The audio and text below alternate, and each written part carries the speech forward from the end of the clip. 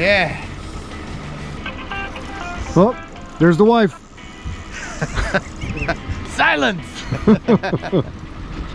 This feels like about a 12-pound fish. You can tell that by just the run. Yeah. You must be doing this a long time. Yeah, quite a while. 30 years to be 30 years.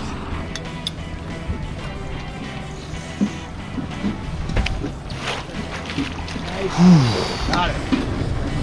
Woo! Yeah. All right. It's about a 12-pound Idaho steelhead. This is our average size fish. This is a wild one. I'm gonna put it back. We're on Idaho's Clearwater River. It has one of the largest steelhead runs in the world. Probably could have the biggest average size. Great river. We're side drifting today, and basically I'm using some 12-pound test line, a swivel. This is my own creation. This is lead balls inside a shrink wrap. That's my weight. It's kind of a redneck slinky. Works great. I make it orange because it just kind of grabs the attention of the fish. And then our leaders are 10 pounds, so 12-pound main line, 12-pound main line, 10-pound leader. Down to a yarn ball and a number 4 Gamakatsu hook. This also has an egg loop in it, so I can put some eggs in there. This provides a cool presentation with a yarn ball above and an egg ball below. This is a G Loomis E6X, and it's made by Shimano. And this is a Daiwa reel. It's called the Prokoyon, on 12-pound Maxima line, and the leaders are 10-pound Maxima. So Pautzke's came out with this fire gel in 2020. Probably the only good thing that came out of 2020, let's be honest. But you can run it with yarn, beads, you can put it on bait, you can really do anything.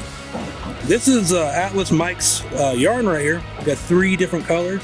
You can really mix and max whatever you want. It's pegged up top, so it works just like the peg bead. You can do it hard beads, soft beads, you can do anything with it. But it's real simple to put on. This is the shrimp. Just put a little on your finger, and that'll soak into that yarn for the life of that yarn. One time, for the life of that yarn, it's gonna smell like shrimp.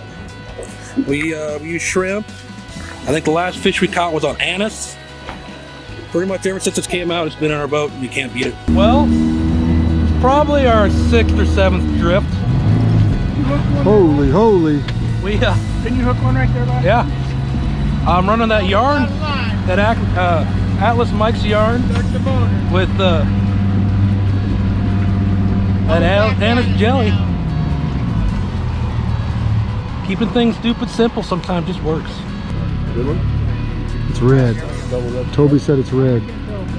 Big old. Oh, it is big, yeah.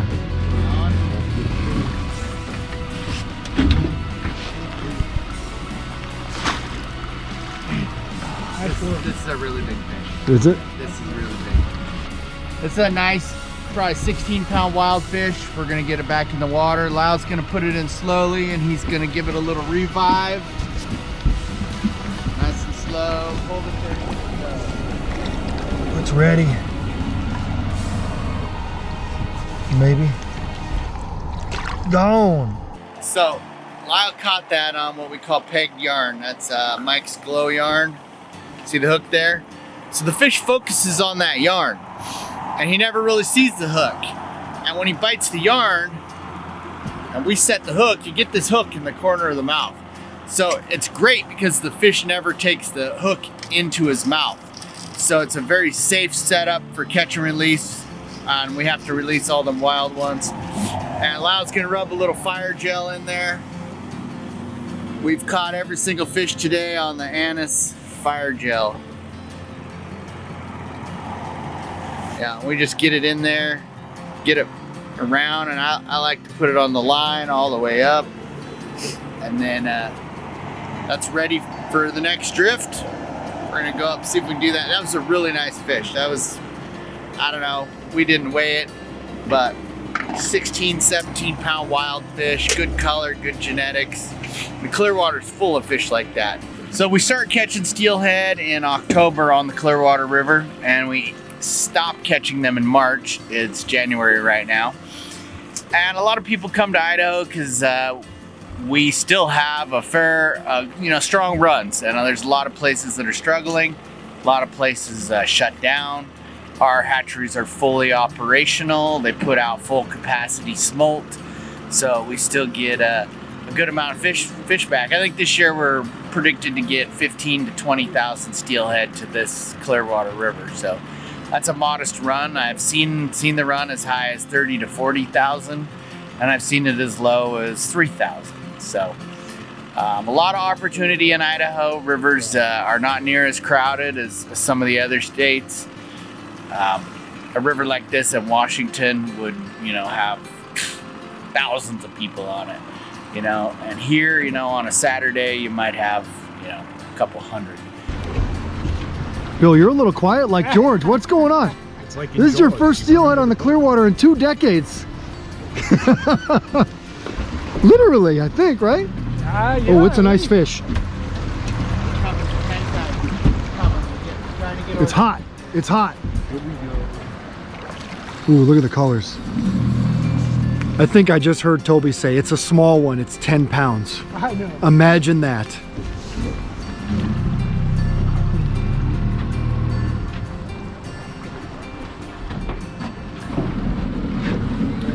Ooh. Super pretty fish too. Super pretty fish.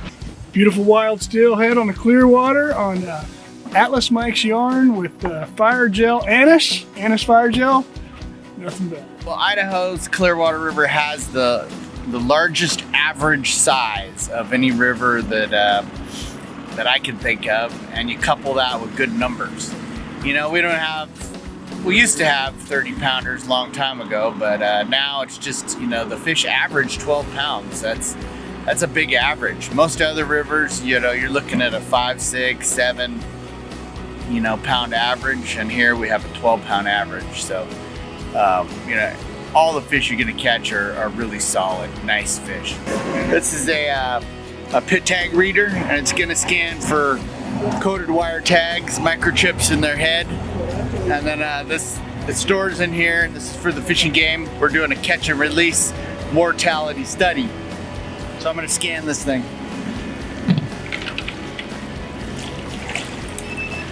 It said no tag detected.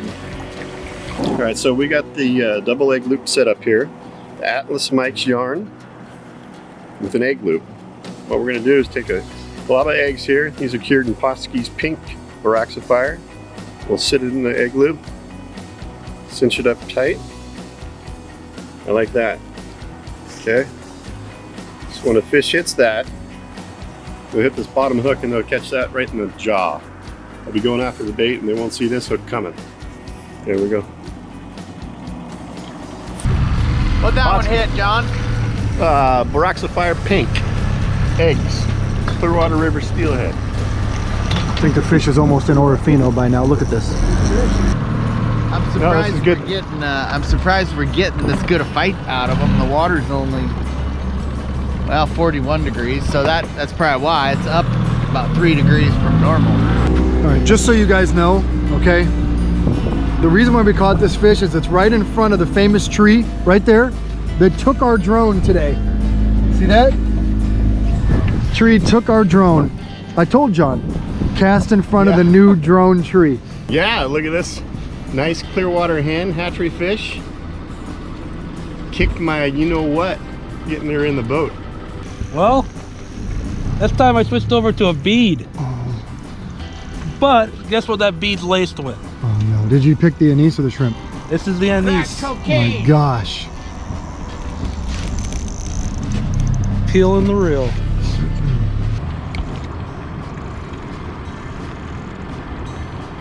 Oh, it's another nice one.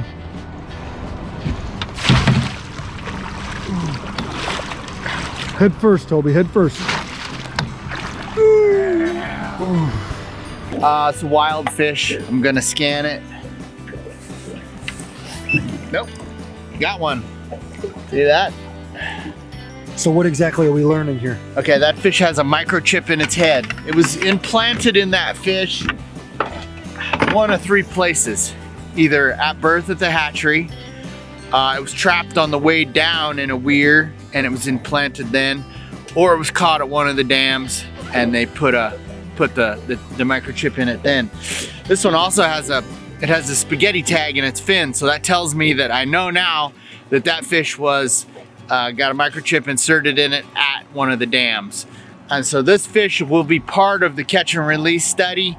I scanned it, it's got a tag, it'll go upriver. Other people with the scanners can scan. They're gonna see how this fish fares as it goes up the river and see what the catch and release mortality rate is. So in Idaho, these fish are very healthy. It's a 10% mortality, which is, these fish around here fare a lot better. And because of that, they let us take them out of the water for a picture. We're gonna do that right now. One more in the books here on the Clearwater River. Beautiful hen. I would take these any day of the week. It's got that VMC hook on there. Come on, seriously? You tied your own hook? With the, and these fire gel. Did you have a bead on or yarn? Bead. And these fire gel. Can't just say fire gel. Fire gel. Good bite. And how many, you've hooked what, 3 today? 3. This is your 3rd? 3 fish on the Clearwater. You fished the Clearwater how many years ago? Oh, it had to be like 25, 30 years ago. Did you fish on your own or with a guide? No, we were on a bank. Toby goes, 30 years ago, was it with me? We were bankies. Holy. That one is a Are you keeper. kidding me? Keeper. Woo! Female. Right on. Second steelhead for me of the day are 8. I think it's number 9, and then we lost 3 or 4. So. What an incredible day on the Clearwater River. Pautzke's fire gel made the day. No two ways about it. Today's episode of Pautzke Outdoors comes to you from the world famous Clearwater River here in Idaho, where we're about 6 hours from Seattle. We're 5 hours from Boise. We're 2.5 hours from Spokane, and we're only 30 minutes from world famous Lewiston, Idaho, where we are chasing some of the largest steelhead in the world. And by I mean largest average steelhead in the world. Yeah, you're not going to catch a 30-pounder here, but there may be no greater place on the planet for a chance of catching a 10 to 15-pound steelhead, possibly on your first try. Now we're out here today with Toby Wyatt of Real Time Fishing, drifting with several baits. To be honest with you, Toby called me and said, "Shafe, you need to get up here. This fire gel is better than I thought it was." He goes, "I wasn't super excited when I first got it because there's so many scents out there, but let me tell you something, it's a game changer." So what did? We got on a plane, we flew into Pullman. Good old buddy John Albridge, Pautzke Pro staffer, picked us up and drove us over to meet Toby. Sure enough, Toby wasn't lying. We didn't even use eggs in the beginning of the day. We didn't use any of the coon shrimp that he fire brines. Instead, he simply put on Atlas Mike's glow yarn, and he grabbed some of the fire gel and he mixed to start anise and shrimp. And sure enough, it wasn't long before we had 1 fish and 2 fish and 3 fish, and they just kept biting and biting and biting. To be honest, all you guys know I'm not one of those guys that likes to fish from sun up to sunrise. We didn't do that today. Toby let me go to breakfast and he let me eat lunch, all in a nice little restaurant down the street, because it only took us 3 or 4 hours to film this entire episode of Pautzke Outdoors, where we caught 8 or 9 steelhead that ranged anywhere from 10 to nearly 19 pounds. Now, everybody knows about the world famous Clearwater River. This is in Idaho, and you know what? It's a place that everybody should have on their bucket list. It's a super amazing system that gets a ton of pressure, and it has an amazing hatchery production system. You know what? If other places in the world learned from what they do here in Idaho, there will be more productive fisheries all over the Northwest. Let's learn from what these guys do instead of making the same mistakes that other people do over and over and over again, where the fisheries don't rebound and aren't phenomenal like this one. Now, the Clearwater River is obviously in the northwestern United States for those of you that are watching from somewhere else. And it's in what they call north central Idaho. The river is about 75 miles long.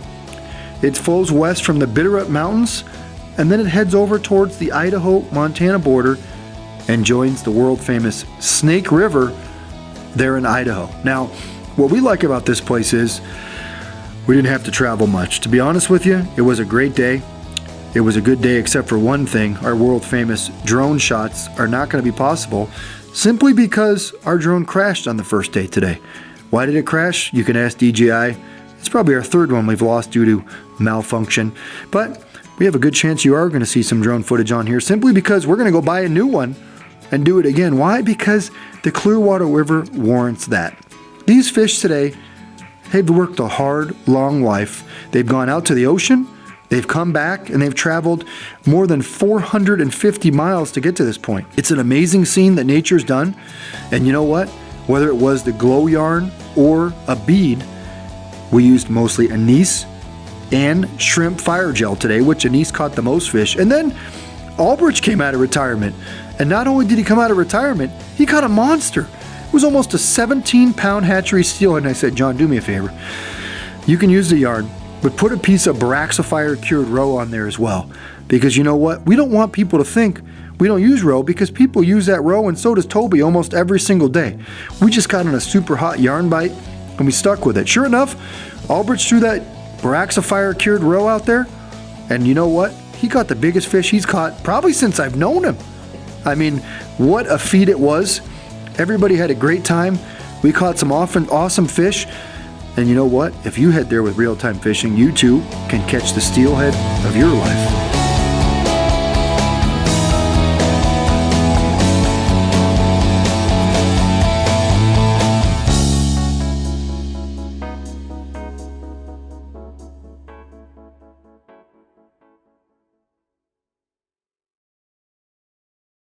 Pautzke products are available at sporting goods stores near you. If you can't find the specific color, size that you want, make sure to go to Pautzke.com. And as a thank you for watching Pautzke Outdoors, we're going to show you a coupon code to be used for 10% off your next order. Wow, you've been talking all morning. As soon as that fish bites, you're kind of quiet. Don't want this one going anywhere. A little camera shy. I think the fish is camera shy too. Yeah, Lyle, I thought I was talking pretty good. you don't want to throw your farmers only confidence out there? I have a question. Is there anise fire gel in your beard right now? Probably. Okay. Definitely. All right, perfect. She does. We call it BFL. Yep. BFL. He's a BFD because he catches BFLs. Oh. Oh, no! No! Loser! Have you heard about the lonesome loser? His name is Liar. He's a loser, but his stick keeps on trying. Oh.